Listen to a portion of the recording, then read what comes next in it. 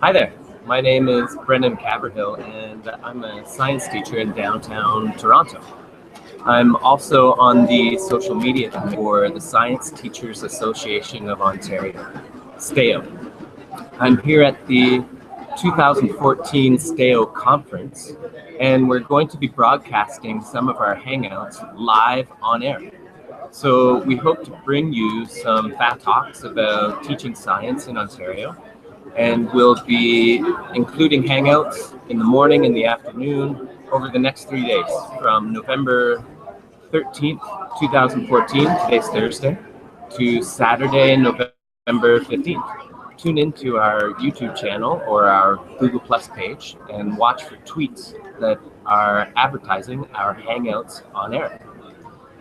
I'm here in the exhibitors arena, the exhibit hall, where there are all kinds of fascinating booths showing materials from living things, biology, chemistry experiments, physics, and much more. And you can come join the presenters here in the exhibit hall as well. But for right now, in about 3 minutes, we're going to start our first talk with Jason Wood. We have probably at least 15, maybe 20 presentation rooms here at the STAO conference. You can take in presentations from a variety of different topics. We're going to go to the Ottawa room and set up the computer there so that you can watch the hangout of Jason Wood's talk. So tune in and enjoy.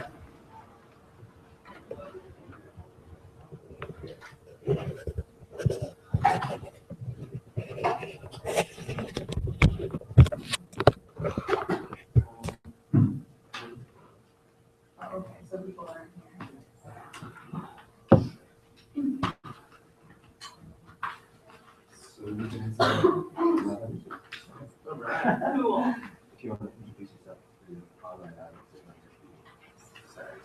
But I'm going to do my best to recruit. Okay, yeah, recruit, that's great.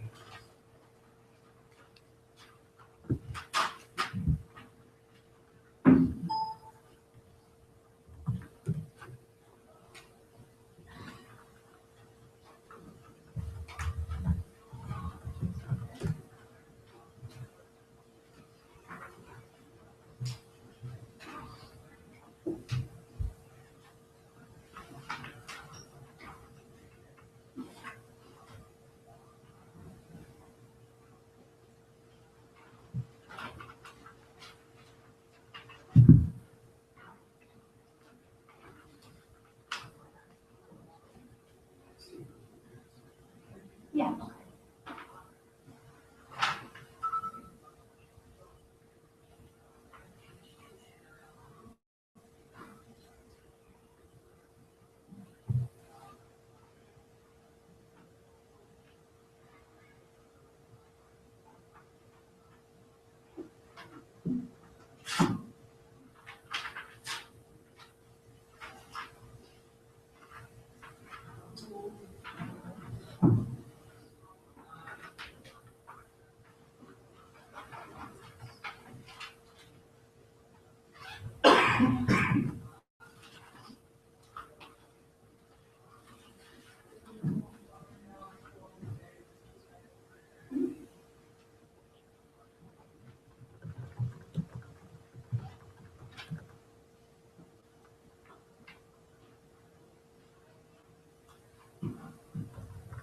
This is the Ottawa room.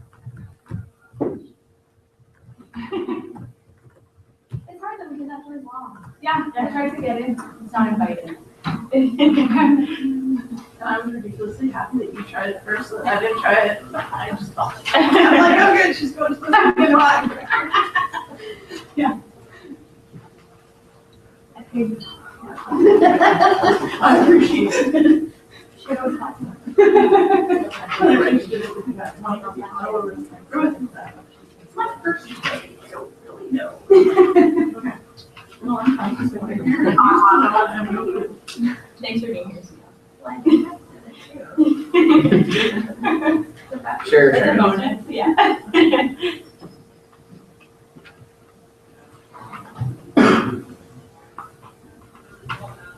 Does anyone have their own iPad here? Okay. All right. Yeah. We have extras, but it's probably easier if you have your own. You can just install them. But if you don't, just remember the apps. Just get started here in 30 seconds. We'll wait for any stragglers to come in.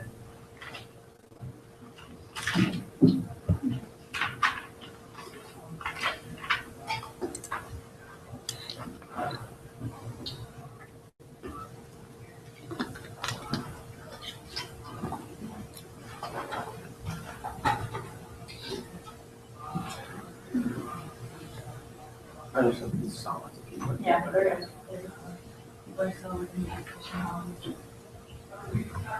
Last year I had this slot too. And I started at 8:30. Yeah. 8:45.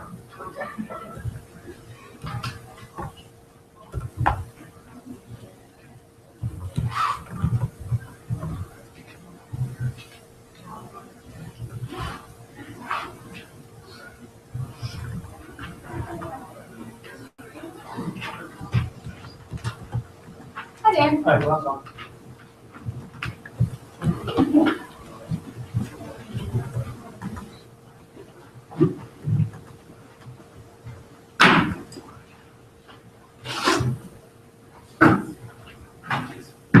Bring this iPad to them so that they can have it at their table.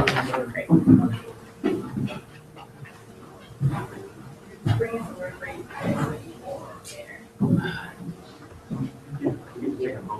Yeah.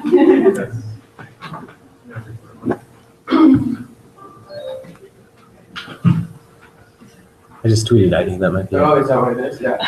It's the link to the Hangout. Oh, okay.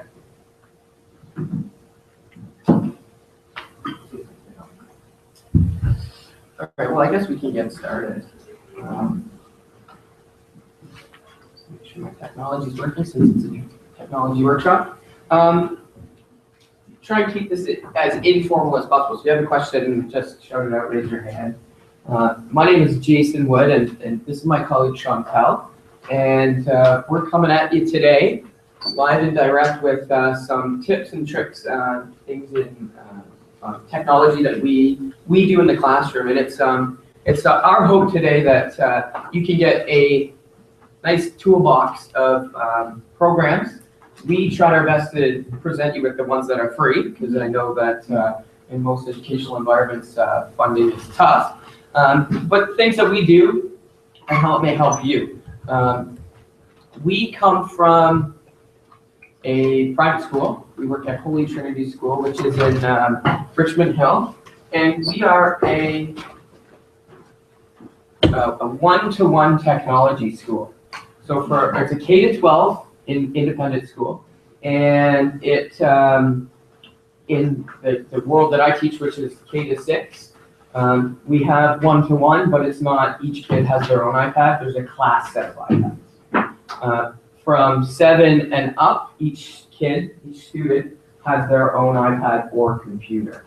And so we have our school has philosophies based on technology only, and that's what we can kind of come at you today. So what I do is I teach science. I'm a science specialist. I teach grades 3, 4, 5, and 6, only science.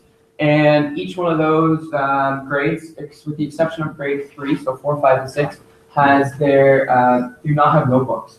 Everything is done on the iPads or the computers, and everything is captured digitally. All of their work is presented online through Google Sites and Google Apps, and the parents also interact that way with me as well. So that's something that I know that some of the school boards are getting on is Google, and we've been on that for a couple of years, well, 3 years now, 4 years, and so we're just kind of coming out of the gate where we're comfortable with using all of the technology that Google has. So Shantel covers grades 7 and 8, like I said, and they have their own iPads.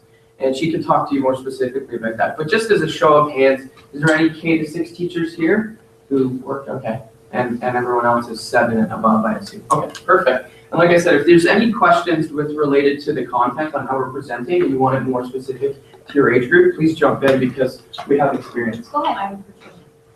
You're using iPad. Is that what you use? I know because there's tablets and there's iPads. Do you use iPads? Yes. Okay. Yeah. All right. And why did you choose iPads over tablets then? That's a really good question. Our senior school was already a Mac school, so they each had their own device in the senior school. And I think keeping up with the Apple technology and those specialists in our school, it was an easy decision to go iPad one-to-one. And we also piloted the iPads for 1 full year before we decided to fully implement them. Because I know they're more expensive than a Yeah. regular That's right. tablet. Yeah, it was a decision made. We had hired a technology director to oversee it with experience that he had recommended the Apple route. But I know that nowadays, Chromebooks and things like that are far more cost effective and just really as efficient. We'll show you some things that can work for like a bring your own device environment too. So if students are showing up with different technology, we can show you some of that stuff too. Okay. So how do we use technology? We use technology, like I mentioned, in the K-6 classrooms, for me specifically in 3 to 6, as a replacement for what we would consider a notebook. And you might be familiar with the SAMR model. We're going to talk about it a little bit later, but I just had thought about it yesterday when I was driving home. I don't know if there's any CBC radio fans, but on the afternoon drive, they were talking about how much Canadians are using the internet these days. And we're second in the world, only next to, I think they said, the Russians or something. And we're spending so much time online. I forget the number, it was something like 110 hours a month. And it really dawned on us when we were putting this presentation together. That's just the exclamation point, because it's now part of our lives. And so the SAMR model is developed to how to use technology in the classroom. But I would even extend that and say, listen, technology is now part of our lives, or part of students' lives, so much that for us to ignore it or not use it would be an injustice. For example, a student at our school where it's, they would have a little bit maybe more access to technology. If we were to give them a worksheet, they would maybe be a little bit bored with that and go home and use the technology anyway. So we really have to keep pace with it. And I've read a few articles, especially related to technology and education, saying that teachers are increasingly being left behind. So students are far more outpacing the teachers with regards to learning technology. And you've probably been in situations where you've been stuck with technology and asked the student to help you out. And I know I have on the same way. And the challenge is that teachers really have to come out of the gate and actually pace themselves so that they can engage students more. Because if the student is already familiar with the technology and you're one step below them, then you're not going to grab their attention. They're already used to it, and in the technology do not do what it wants for you. So that's some of the things that we use technology for. Chantal will talk a little bit more about our actual program at HTS and might be a little more relevant. I'm going to jump back really quickly too to what our outline for our 1 hour slot is going to look like. So we've done our introduction. We're going to be talking about curiosity in the classroom and how technology plays a role in that, communication in the classroom and how we can communicate with our students electronically, and innovation in science classrooms in particular. We'll also talk about tech challenges because we know that they're out there. We've got a set, I think, of 5 or 6 questions that always come up. So we'll go over those and how to troubleshoot through those. Our one-to-one program at HTS, like I said a little bit earlier, it was launched 3 years ago in the middle school specifically. So I started at the school 3 years ago, and I haven't known anything else but every student having their iPad. So I'm in a really unique situation with regards to that. It went really well in that first year, and our administration made the decision to move the iPad program down to grade 6, where every student has their device, and then up into grade 9, where every student is having their device. This also made sense, especially because the cost of the iPad is a little bit more expensive than other devices. So we really were doing our families a favor as well by having them use it for 4 years. I've seen the benefits of our program firsthand. I know that our students are certainly more motivated. They're able to work at their own pace using the technology, and we'll show you some of that stuff today. And they also are able to collaborate both synchronously and asynchronously. And what I mean by that is in my classroom at a lab bench, all students can be typing and working away on a worksheet at the exact same time. And they can take it away and do different aspects of it if they're free from 6:30 till 7:30, or if another student in the group is free from 7:30 till 8:30. And it all populates on that online document, which is really exciting. Other than that, we'll go through and we'll talk about the pros and cons of each and go from there. Okay, we got you all excited, and some of you might be saying, We want to get this out of the way. Yeah. The challenge. wait. Because this is really what stops everyone in their tracks. These are some of the challenges that we've faced, and some of the challenges that you may face. Hands up if you feel that you've got one of those barriers in your classroom, in your school. Okay. No money, online safety. Yeah. Something isn't working. And because we're coming at, say, from a private school where it's one-to-one, don't think that we don't face these challenges, because we do. And they're just a little bit more intense, but we do face them because everyone is using the technology in the classroom.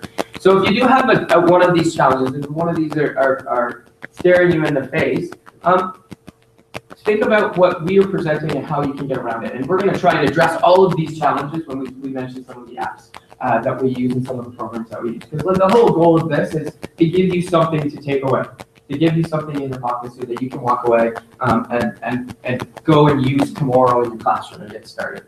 And just a quick poll, does anyone have a class set of iPads that they use frequently? Okay, 2 people. Is there anyone who has a grade set of iPads that they can book? Okay. And anyone that has, say, a school set that they book, is that how it works? Okay. And do you, in terms of numbers of technology, whether it's computers, is it a one-to-one situation when you book it? And so does anyone have that where it's one kid gets? Okay, so we're getting a variety, which is fairly typical at this point. I think that as we go forward and technology gets cheaper, some of these will obviously disappear. So back to what Jason was saying about the SAMR model, we really try to follow this model at HTS, and that's because we don't want our technology to be a glorified notebook. And what I mean by that is if we look at this first level of the SAMR model, the substitution level, basically if you're just putting a worksheet on an iPad and the student can write on it, you're not really using the technology to its full advantage. So this is an excellent model to kind of have in your mind as you're planning and executing a technology-based lesson. Is it actually adding to the lesson, or is the technology taking away from the lesson? If the technology is taking away from the lesson, we do not use our technology. So that's the substitution level. Augmentation could be something like, instead of having a student read a worksheet, they're reading a website instead. So you haven't really, again, you've only slightly enhanced what the student can do with the technology. Where we try to move our students and ourselves is the transformation phase in modification and redefinition. So I'm going to show you in a little bit a modified student note and how they use technology to enhance that note taking. And then redefinition could be, it allows the creation of, you couldn't have done it before without the technology. So redefinition is really that ultimate level that we try to achieve at our school. And that could be something like you've got a brochure project, and typically the students would do it on a word processor, insert a couple pictures, and print it out maybe even in black and white. Redefinition means taking that, using an app, and creating a template for a brochure. Students can then add both video, sound, pictures, and images. Maybe they even film themselves and insert their own video in that. So that's sort of what an example of redefinition. And it's a great model to keep in mind as we go through this presentation. Okay, so I guess the easiest way, in my opinion, to use technology is to get students curious.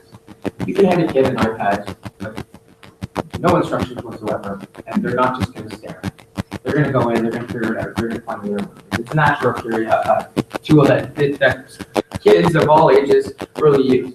And so one of the things that you can do with that is you can actually enhance their curiosity by giving them an opportunity to find information or find tasks or understand tasks where a textbook might fall behind, instead of just reading it. And I'm talking about interactive things, interactive apps, interactive websites, interactive programs, things like that. And one of the things that we do in the science classroom in my area of the world is get them curious about a specific topic. So you can be like a launching taught through a unit. It could be a reinforcement of a theory that you've learned or a lesson that you've taught.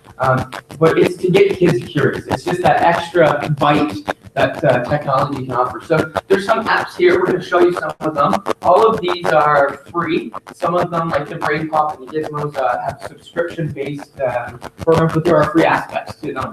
I'm huge this year. I don't know what happened over the summer. I went to a conference in San Diego last year. Got hooked on games. I'm a gamer myself, but I had no idea how many people and how many teachers in the U.S. were actually using games in their classroom effectively. And so I totally got hooked. I've been onto online conferences. I've tried to put them in the classroom. I'm going to show you some of the successes and not so success stories that I have with that. But there are a ton of free games out there that are very related to science. And something like K-8, which is one of those games that you get addicted to, and then you got to fork over, you get mom or dad's visa, and you start paying, and that's how they get you. But even the basic levels, I think it goes up to 12 before you have to start forking over money, offers a whole host of lessons that the grade 3s that I'm working with right now on plants and farming.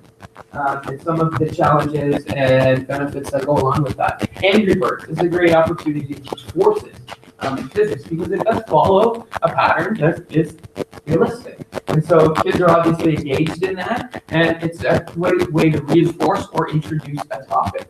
And then finally, Minecraft. So I got down on my knees and I begged and I pleaded to my administration. I said, we need to get Minecraft in the school. Can you please do it? And I was thankful enough to this. We ordered 30 licenses for Minecraft EDU, which I've been using quite regularly and have some success. I interviewed a few students, and I can show you those interviews on how we've been using it. And I use it in every grade, 3, 4, 5, and 6. Interestingly enough, the one thing I've noticed over those grades, the skill level of the kids is very similar. A grade 3 is as good as a grade 6 in Minecraft, which is very fascinating. But it also makes a great opportunity to teach as well, because you know that they have the skills to do it. You don't have to sit there and teach them how to do Minecraft, which is amazing. More on Minecraft. So here's some specifics that I've been doing with the kids in Minecraft. So I've used it for grade 3. Right now we're doing plants. In grade 6s, we're doing biodiversity. So those are the 2 ones where I've really had focus. The grade 4s have habitats. They haven't started on Minecraft yet. We've just kind of experimented with it. But these are all the things that I can link in the units that we can use Minecraft for. So there's lots to it. So it's a sandbox game, which means that you are yourself in a different world. And you can go and build and construct and grow, and there's all kinds of things that you can do in it. And just as a show of hands, is that anyone familiar with Minecraft played it? Okay. I don't want to go too much into the details. There's lots of information on it, and the best way to find out is ask one of your students. I'll tell you all about it.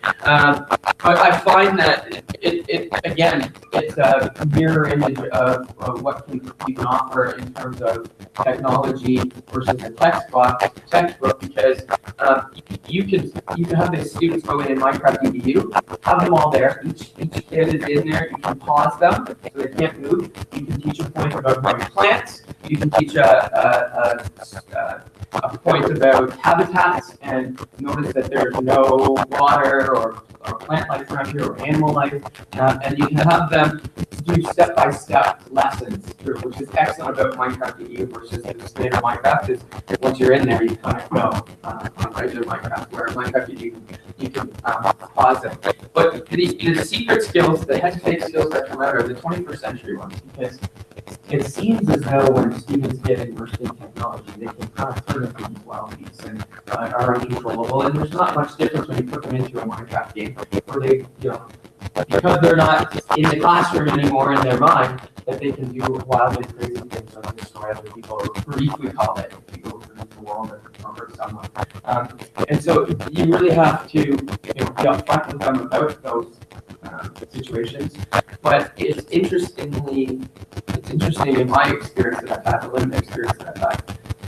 It's almost like it's naturally formed, teams naturally formed, groups naturally formed, they work together. I've tried to have all the students in one area where they're all, how we don't hear the video, where they're all in the same classroom. I've tried to separate them into different classrooms to see that it works a little bit better. But I found that when they're all sitting together they're engaged, they're talking to one another, they're planning, they're constructing, they're executing without even knowing it. And then on top of that, they're learning civil percent. Any questions about Minecraft? Yep. You say that you bought 30 licenses, how much money are you?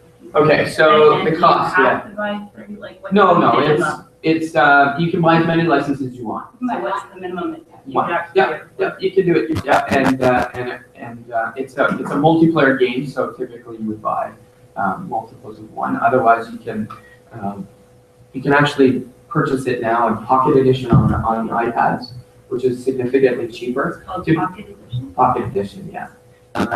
However, I'm not exactly sure of the final cost. I believe it was in the neighborhood of $300. That was for Yeah, I For think they're 30. $24.99. $24.99, and you get scaled discounts and things like that. What if a child has a, I mean, kids already playing at home? Can they use their code, password, or? Okay, so yeah, that's a great question, and they all come in and say that, oh, I've got my own account, I want to go on, I've got the save, I've got this many XP. The Minecraft EDU does let you do that, but we don't. We get that way they create their own accounts. They use their first name, they're not Lord Power or something. And then we know who is who, and it kind of puts a little bit more onus on them because you can obviously be quite autonomous. You don't have your name attached to it. One of the cons, now that it sparked my memory, is time. The one thing that I noticed, once the kids are in it and going, there's quite a large ramp up. So you'd almost need, I've spent upwards of 60 minutes in Minecraft alone. I would envision it when I first started it, that I'd teach a lesson, we'd go into Minecraft, we'd reinforce that learning, and then come out. There's just simply not enough time for the kids to get oriented and start working, just inherent in the game. It takes time to grow things, it takes time to build things. And so it really takes about 60 minutes of time in order to get the kids fully, what I would say, engaged in it. Yes, so the Pocket Edition is something we experimented with before we went to Minecraft EDU, because we had the iPads. So it's $7.99, I believe. $6.99. $6.99, there you go. And you can set up your own server as long as you have a computer. So I set it up on the computer, and I can adjust some parameters, but you have to have a little bit of tech background to do it. There is a slight bit of programming in there. There's tons of information to do it. But the benefit is kids can bring in their own device. You can play it on an iPod. You can play it on an iPad. You can play it on a non-item, Chromebook, a computer. So you can kind of patch together any technology you can find, but you're all in the same world under the same graphics, and kids wouldn't know any different. So that there is opportunity to do it there. Any other questions? Yep. Just talking about the learning here, do you find that there's a challenge engaging kids that maybe this is what they do in their free time, as opposed to kids who don't have access to the familiarity? Yes, how, yeah. how they engage, that, Are they how bored? comfortable they are, Yeah, that's a great question. or how quickly they move through. I found in my limited experience again is the kids who are experts are the leaders, and they love it. They're pretty addicted. Yeah. Yeah. They love it, and they'll be happy. And when the kids come to me and say, I don't know how to move forward, or I don't know this, I say, don't ask me, ask someone who needs help, and then they'll go to those people, and then they feel engaged. And typically, the kids who are into the Minecraft are the kids who typically aren't into the traditional way of schooling, so it's a great way to introduce them. Do you find that you set up environments for them and sort of lead them and let them discover the environment that you set up in Minecraft, or do you let them completely construct from scratch? No, I Or download. do you do a variety of both? Yeah, I do. The ones that I've done so far are maps. So you can download maps, which are scenarios. So, for example, the grade 6s, it's a map made by a teacher in the U.S. who built a Mount Everest, and it's 200 years in the future when global warming is taking over and there's no land left and everyone's trapped in Mount Everest, and these people were cryogenically frozen. They're awakened now, and they've got to repopulate the earth, biodiversity, right? And so they have to find their way out of the mountain, and they'll notice that there's not much vegetation. There's only one tree in the Minecraft world, so they have to cut it down, take the seedlings, plant them. So that set up all the parameters for me. I explained it, and then I just sent them in. And there's the kids who just go and fool around, but those kids actually get drawn back in by their friends or their peers to actually do the work, because otherwise you die. It's survival mode. You just run out, you starve to death. And so the incentive is there to work cooperatively in that one. In grade 3, it's a world where there's one water source and lots of plants, but they have to farm and grow different types of plants.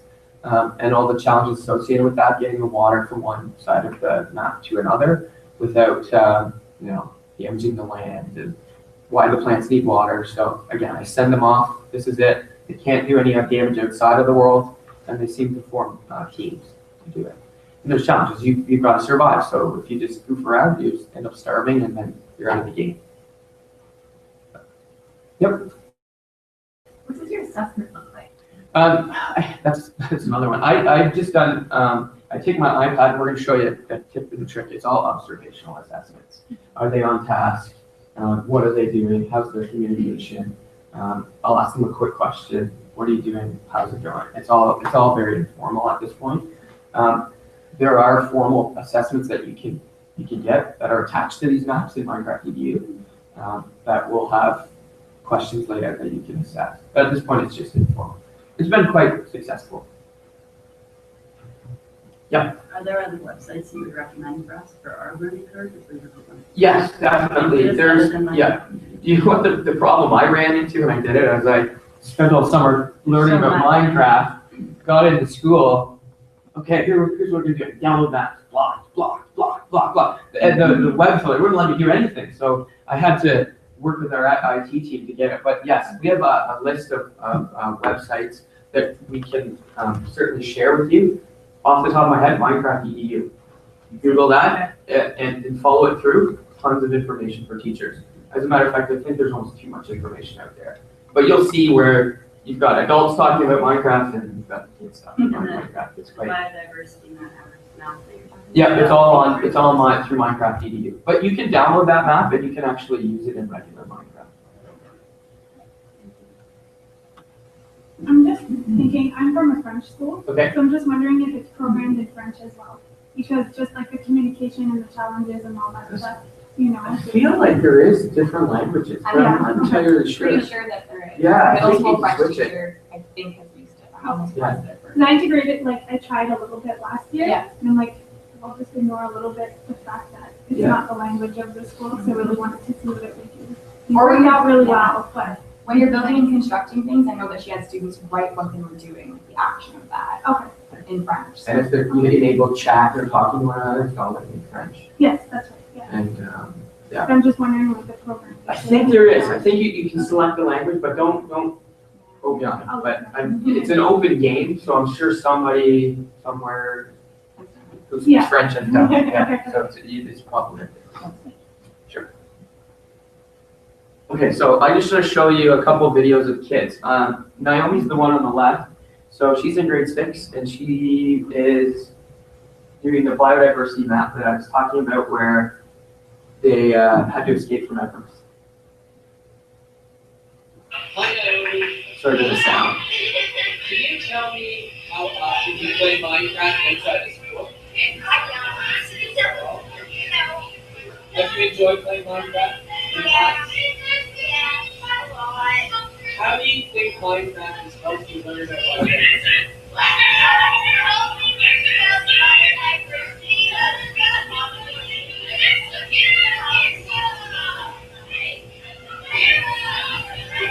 Can you explain what the turkey hurts on in biodiversity? they're pretty nice.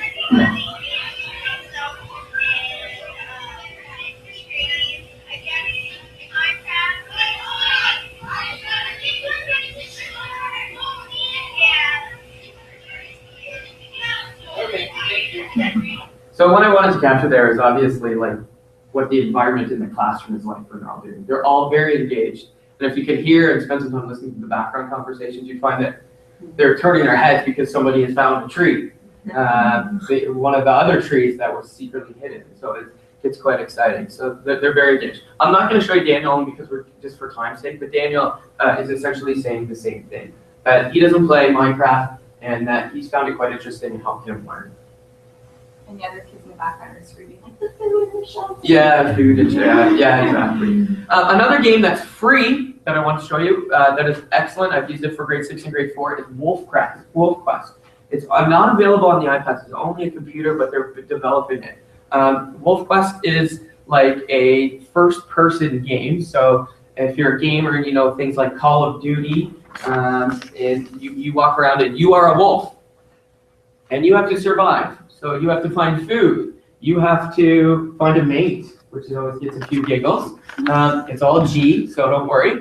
But you also have to raise pups, and you have to communicate with other wolves. So you're walking around as a wolf, and you'll notice that you'll meet another wolf, and they communicate, and they're often mean and nasty. But you have to try and assert your dominance. You can adjust your wolf. You can make it a super fast wolf that's really skinny. You can make it a endurance wolf that has lots of stamina but isn't very strong. So the kids can adjust the controls of how they play. Because when you go hunting, it's very lifelike because the animals fight back. So they have to think, I'm going to go hunt an elk. It's easy. The elk ends up killing them because it's kicking them so much. And so there's lots to be excited about with this game because it's very realistic. So in grade 4, they loved it for habitats. They thought it was just the coolest thing. After we talked about studying food chains, it's kind of boring after a while, in my opinion, but they just seem to eat it up. So there's only 2 levels, but there's more being developed. If you go to wolfquest.org, you can download it on your own computer. You can play. You can set up multiplayer accounts where you can have, I think, up to 5 people playing on the same server. However, I haven't done that because you need to register an account. So what I have the kids do is they're all lined up and they're playing individually in their own worlds. But they all love it because they're all doing different things and their worlds are all different, so that they all compare at the end. And then when I talk about food chains and biodiversity with the kids, they actually relate it to Wolf Quest. So I'm going to show you Constantine. Again, I apologize for the noise, but I was trying to capture the background experience. It didn't work out too well.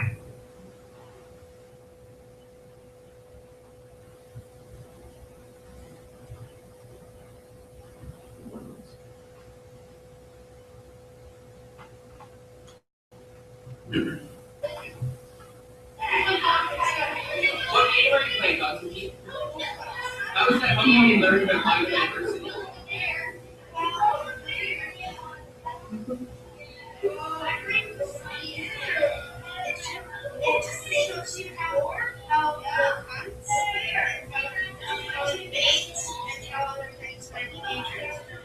So is that helping you learn about biodiversity?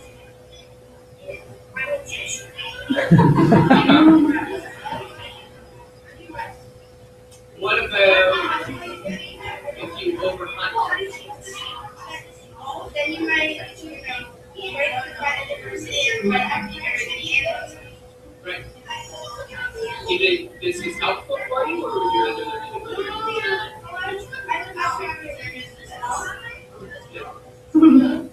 Couple loaded questions there. My favorite was, it shows you how to mate. No, it doesn't. Kate says essentially the same thing. So the grade 6s, I was just really piloting with them before I handed it to the grade 4s because the grade 6s were a little more capable. There is a connection to biodiversity, obviously. And what I did with them is I had them take screenshots of the game. So they took their iPads out while they were at certain stages. They took this picture off the computer screen. They put it into Explain Everything. They put some information. This is what I'm doing. I'm hunting this particular elk because I need food. I'm over in this territory. I've talked to this wolf. So they had to show me 5 different things in the game that related to biodiversity by doing screenshots and voiceovers or just putting in text.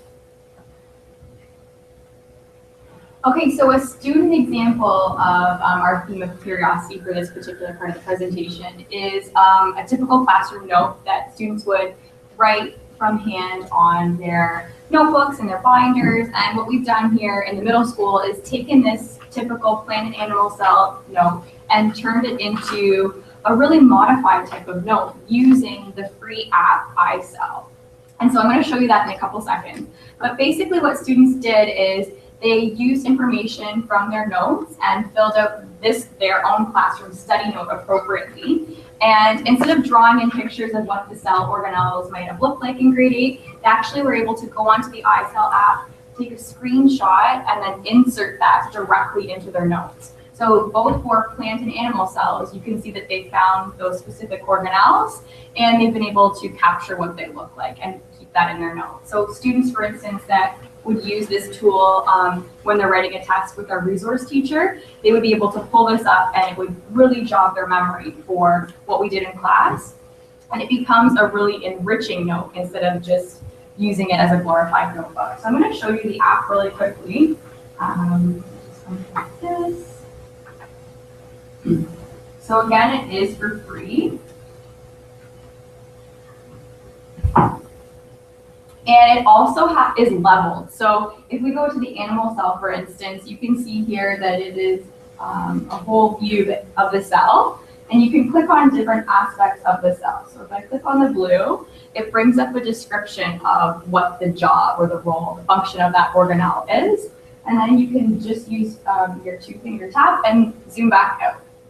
You can click on a different part and it will tell you what the nucleus does. And you can see down here too, there's basic, intermediate, and advanced. So sometimes students at our school come from a different independent school that might be a grade level ahead. So they've already studied grade 8 cells in grade 7.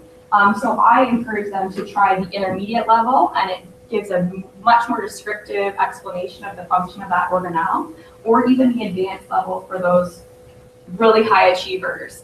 It really also helps them for grade 9 and the biology unit in grade 9. So that's a really neat one.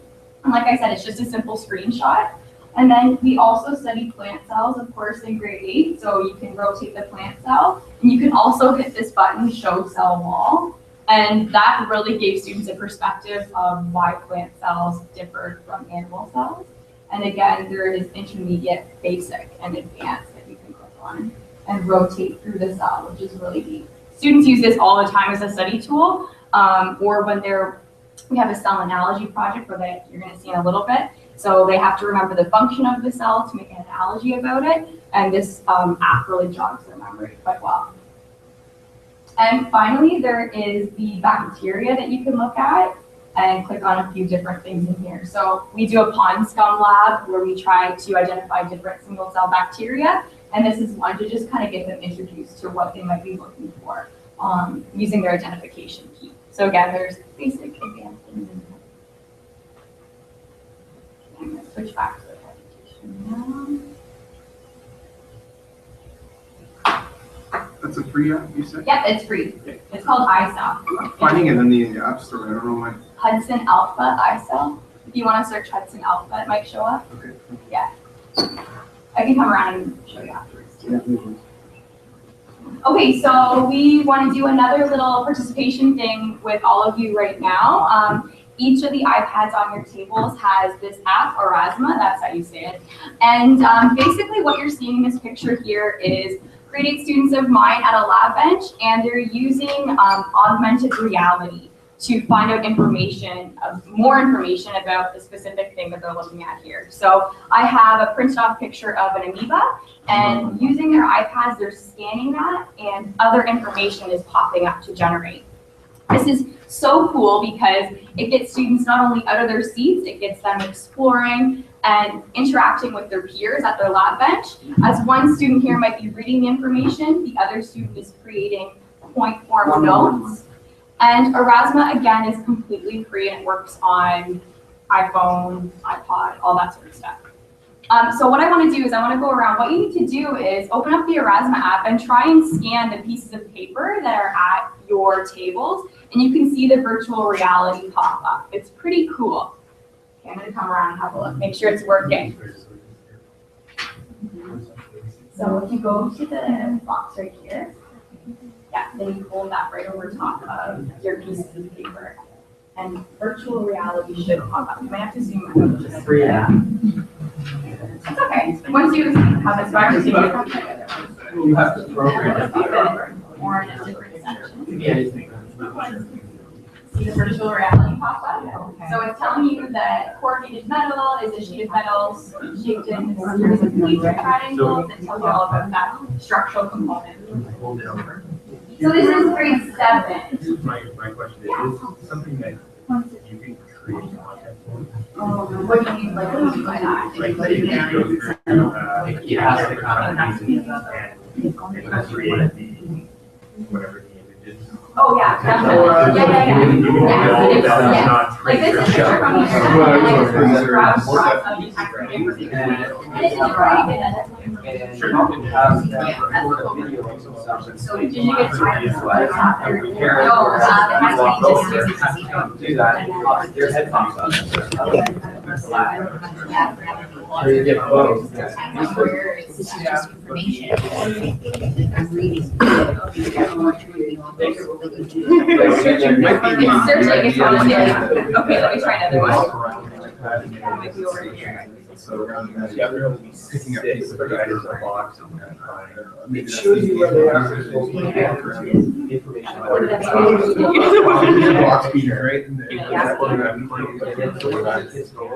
It's like you have to hit that exact right point or else it won't. There it is. Okay, so it's in the top left hand corner of that one, so you can get a better sense of how. So what you do, it's a free app, and you get your picture that you want it to. Actually, I don't know. The pictures are not, so I just took screenshots with my iPad.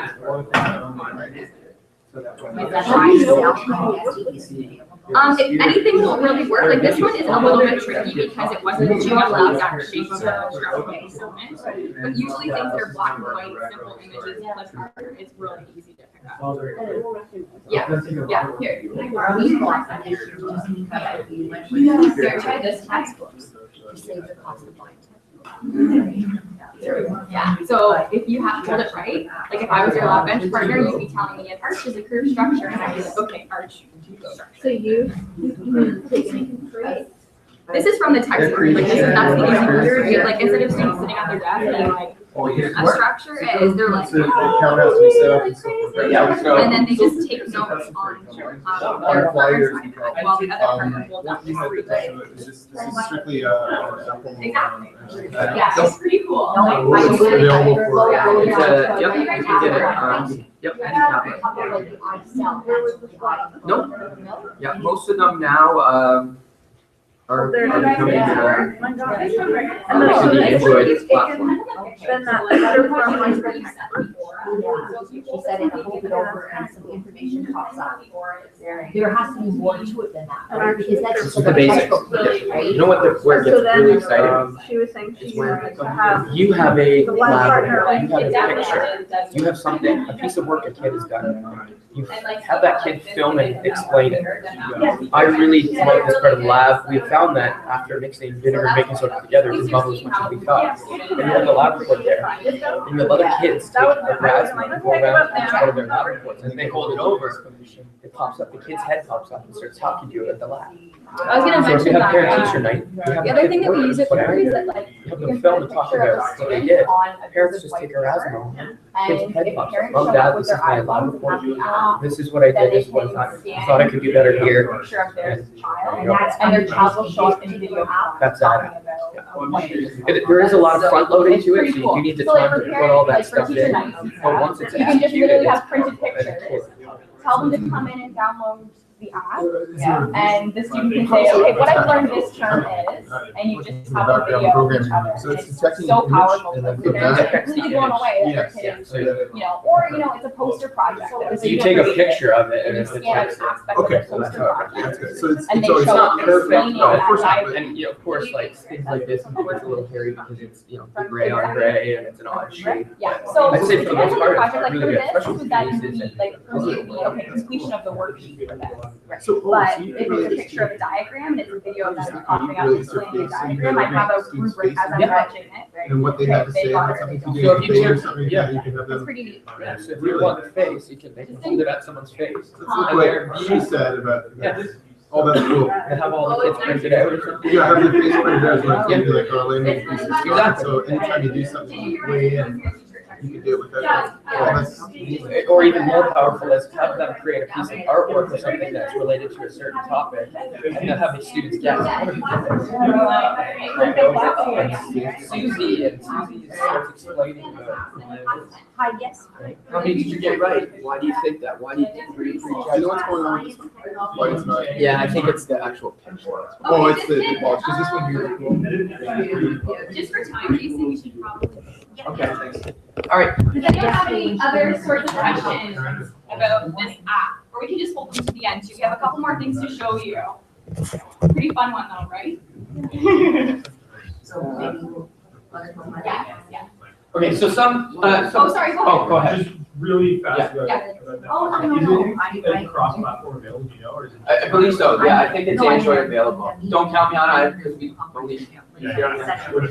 It's whether or not to look for it. That's- Yeah, yeah. If you know it's up. It's very popular, so I imagine Yeah, it's something it's- not to put on Android. Okay, yeah, okay, I'll call you back on time. A couple of the apps we want to talk about in communication, because these are all curiosity-based apps. Erasmus can be both, obviously. But one of the big things that we face, and I know I face in science, is having the kids communicate what they're learning. How do I know they're learning it? So sure, they're in Minecraft, they're having fun, and they're doing all these things, but how do I know that?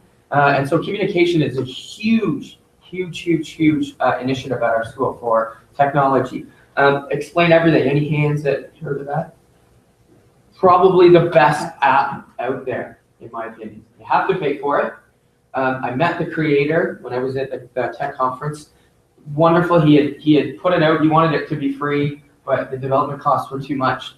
If you can get this at your school, it will change the way you teach. I promise you that. I use it every day. As well. Yeah. For assessment, it's huge because students are literally explaining their learning and their thinking in the app. And hopefully you're going to get to play around with it for a couple of minutes.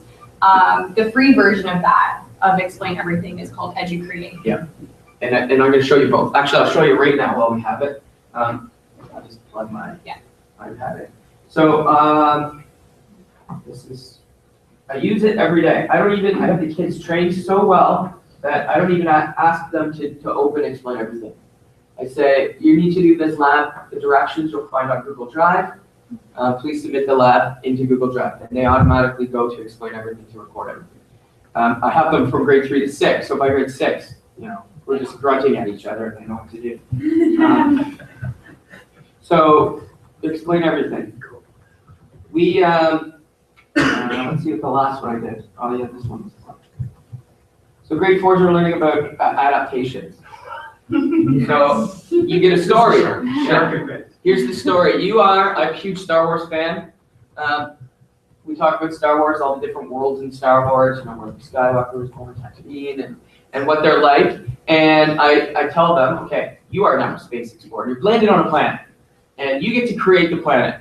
You got to talk about it, though. You have to tell me what kind of world it is. Is it a grassland world? Is it an ocean world? Is it an air world where there's no land? Is it a lava world? And so they have to go and find a picture on the internet. And we signed up for something called Quest by Encyclopedia Britannica, which is just like 100,000 images or something, and they go on there so they're not, getting unfiltered Google images.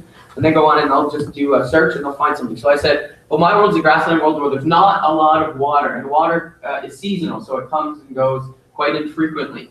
And then I say, now you've got to think of what kind of animal would be able to survive in this environment. So we talk a little bit about the animals that would live in the grasslands, elephants and things like that. And then they get the opportunity to create their own animal and explain the adaptation. So I used this as my demo. I showed them the world. I talked about the grassland world. And then I took pictures from in Encyclopedia Britannica and I cropped them and put them on. So I said, oh, it's an elephant. It's got to travel long distances, just like elephants do in the savannah, to find water. And so it needs a big elephant body, also needs protection, so a big, strong elephant. And I said, well, you think a shark head would be good for biting and attacking. It is, but sharks can also have very good sense, right? They have different types of sensing. And so maybe this shark on this world can sense where the water is, magnetic pulse of water, and it will follow it that way. I've got the hairy frog's claws, you know, the cool frog that when it gets angry, it spits its bones out of its hands like Wolverine. Thought that would be pretty cool if something attacked it. And then it's like an ostrich where it can fly a little bit or not fly at all, but its wings can help it if it has to jump a little bit. And so that was my animal. I named it, and we had a lot of fun naming it. And so you can do this, and the kids do that, and then they explain it. So one of the things that they can do is, at the bottom here, is they can hit the record button, and they can talk about it. This is my animal. My animal is called an elephant shark frog, and it lives in the grassland, and they can explain it. When they stop, you go back, they'll submit it to me, and when I hit play, I can hear what they're saying, and they're talking about it, okay? How do you do that? That's the question you're probably asking. So when you're in this app, we do it, yeah. Chantal will show the video, but it's very intuitive. You're adding photos in. So here's the videos I have. There's my elephant. You add it in, and that's a screenshot that I've just taken on the iPad. There's all these cropping tools at the top right, and so I've just basically cropped. I want the elephant head, and just crop it. Done. There it is. I can adjust the size, put it in. That's it. So it's very fast too. Very cool. The free version is a little more rudimentary. It is Educreations, and here's a lesson that I did. Just this basic lesson on time. So you do the same thing. You can import maybe a worksheet that you've done. You put it in. You can use this almost like as a virtual chalkboard, a virtual whiteboard. You can write on it. So if I was to create, say, a new one.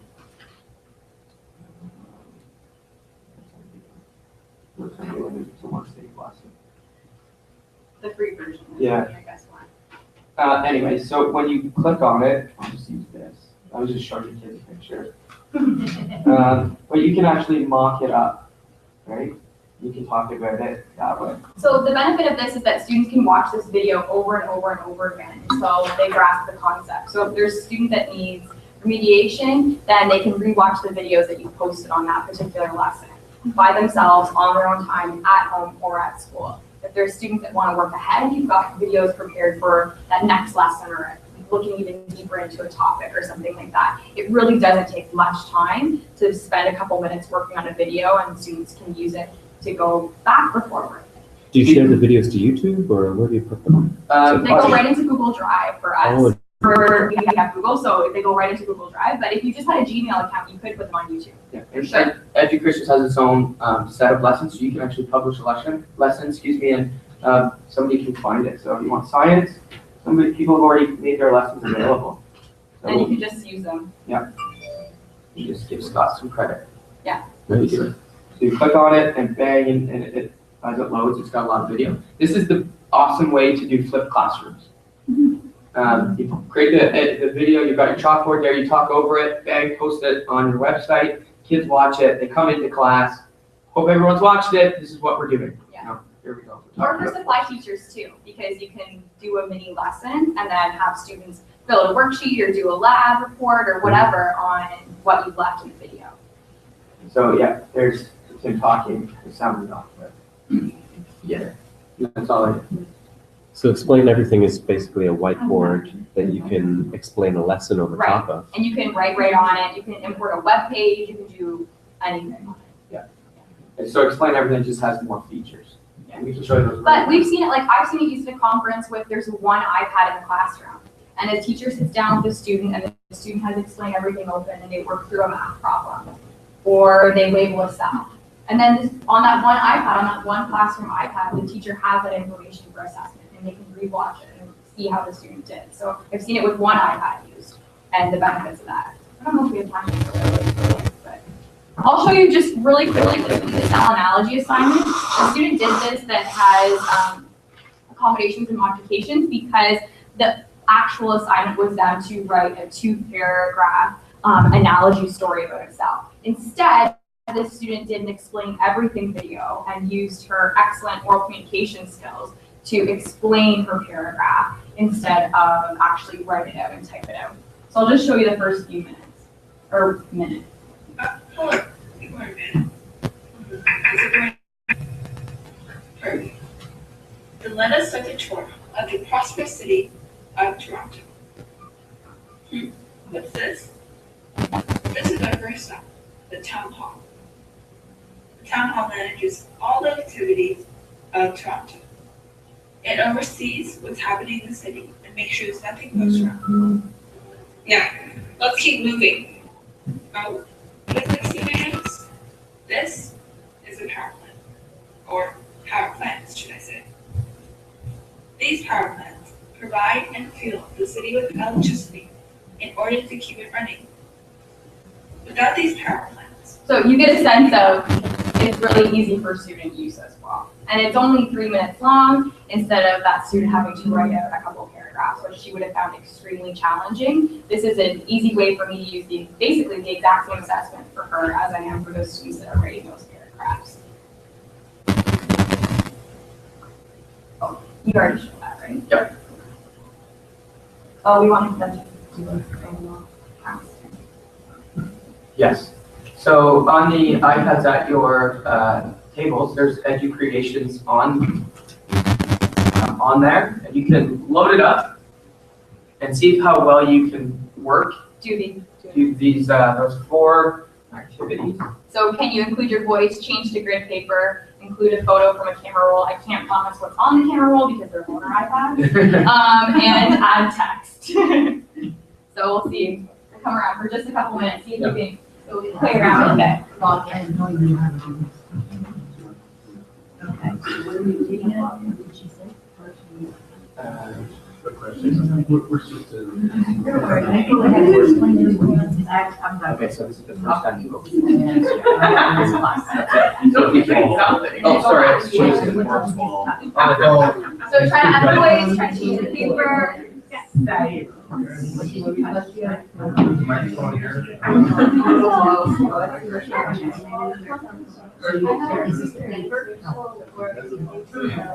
here. Oh, so that's one of your problem questions that you get. Okay. Can I show you something on my iPad? So we use an app called Notability. And if a parent ever asks you, oh, my student's not learning handwriting, blah, blah, blah. This Notability app allows you actually to write words to type. So if I go in here, but I can just type, yeah, that's right. So you can just actually write this. So you can use the magnifying lens, and it actually looks very fine too. So if I write my name, it's very, like, you have the same motion. So really this app Notability allows you to do anything you wouldn't have read in a book. It has Oh, okay. and make it as big or as small as you want. You want to wait till it's. And I can type away in there. Try. So it benefits those, like I was saying, those with modification. It allows for handwriting, and so it's pretty neat. Yeah, Notability is what it's called. Oh, the picture. Now we have to find the picture. There isn't. Oh, is that right? Okay. You guys do Very okay? basic. Oh, yeah, love it. Whiteboard only. So I have to take camera. So It's so we can find the picture. In your no, in your. So you can see, I hope, how like just user friendly the app is. Are we just going to put a group paper behind them? Yeah, that's fine. I just wanted Oh, here we to go. go from here to be. Yeah, well, like if you want to do like a graph. Oh, yeah, if you want to do some sort of relationship, you definitely create a screencast so you're away from it. Yeah. Okay. So you guys graph. Just for your recording, right?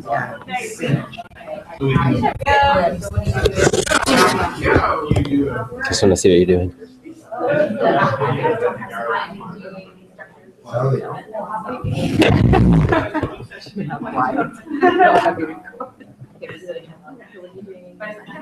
We're actually.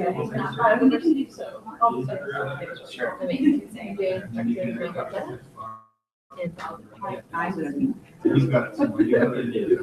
Okay, we're almost out of time. I don't want to take up too much more. Yeah, so what we have, another example is QR code. Really good. QR code. Anyone use a QR code in here before? They're kind of a little old school now, the kids would say. But we use them to link anything. So if as long as you have an iPad or a piece of technology with that QR reader intact, you scan it, it'll take you to the website that you can program it. So I want you to see if you can scan the QR up there with the iPad available, or if you have a QR reader. On your phone? Yeah, it's going to take you to a Google form, which we've created, to just give us some feedback. Yeah. And in the presentation slides too, after the conference that you'll see, there are some slides in here about other forms of innovation that we've done. So using online assessment tools to get instantaneous feedback from our students, we use both Google Forms that you're going to use in a second and an app called Socrative. But you'll be able to see that in the slides. We just don't want to jeopardize your time. Were you able to? You might have to move closer for the QR code. I don't know. Yeah. We might have to move a bit closer. So, go to QR code reader. Again, the one on the iPad is free. The QR code reader that you have, and then hit use and then walk up to the screen. So it's a good way to get information to students, every single student, very quickly. Yeah. Do you have a trusted QR code? I use the QR reader. They're all pretty good at Yep. Did you get it up? Awesome. Do our feedback form. Yeah, no, that's that makes sense.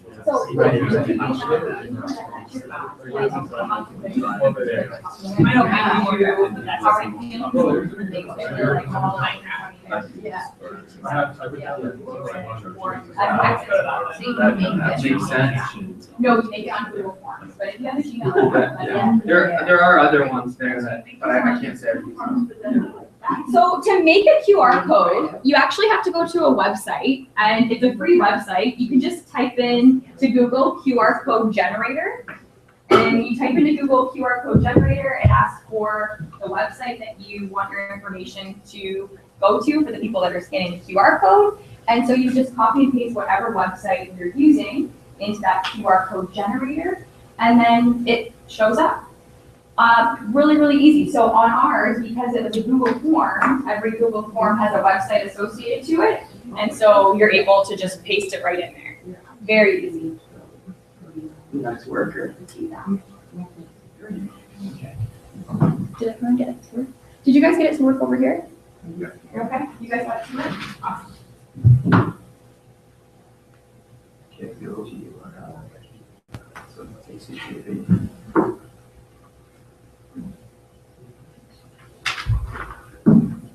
So I got one illustration that adds to what you want to do with the QR.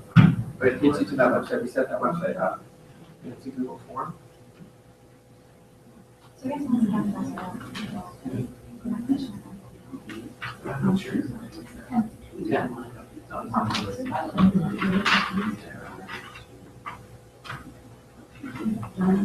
If you have any questions that you want to ask, I know we've rushed a lot, feel free to stay back. Yeah. We're happy There's so much to tell. We're happy to answer anything. But thank you very much. Thank you.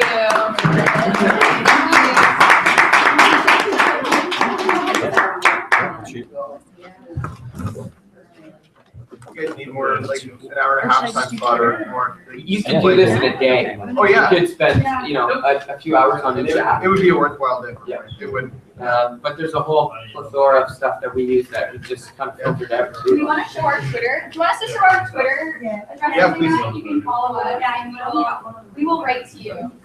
We love it too.